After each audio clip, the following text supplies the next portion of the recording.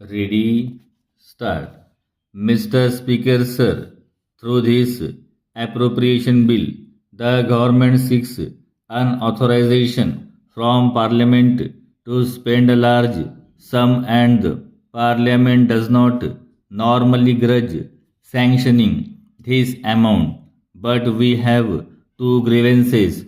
One is that this amount, which is so large, is not husbanded properly. In other words, there is a lot of wastage which the government has not been able to stop. Secondly, the most important problems of the country have not received adequate attention of the government. One such problem is the problem of population growth, and for the family planning, the finance minister has allotted in the budget only a sum of rupees 150 crores, which by any standard is very inadequate. Sir, the result of the recent census must have caused a serious concern to the government, because we have 130 million people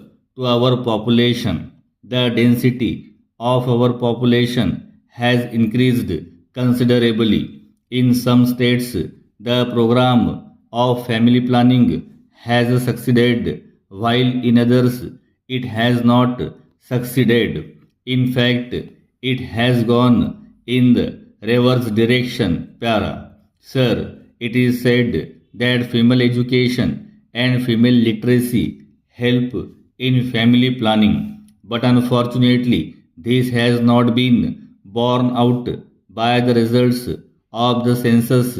Sir, actually, female literacy increased by 7%, male literacy has increased by 5%, and yet our population growth has remained unabated. Hence, resources invested in family planning should not be considered as an expenditure, but it should be considered as an investment. In this connection, may I give you two very interesting findings which have been given by the Indian Foundation for Development. One is a static population takes 12 years to double its per capita income with a growth rate of 5%. If the population growth rate is 2% per year, it will take 23 years.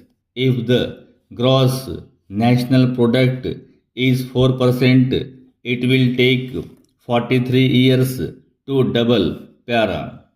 The second finding is this: even now, the number of people living below the poverty line is between 40 and 60%. This foundation says that by the end of the century, when the population would rise up to 1000 million, 9 out of 10 people would be living below the poverty line. Therefore, this is a very serious matter, and it indicates how urgent this problem is and what should be done. This is a major national problem which cannot be left alone. This has to be tackled quickly. A certain amount of compulsion is inevitable for its success, but this compulsion should come with the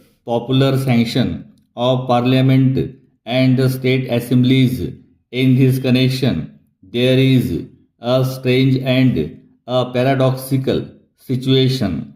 On the one hand, our savings have increased from 13% to 24% in the last decade. On the other hand, we find that the number of people living below the poverty line is increasing.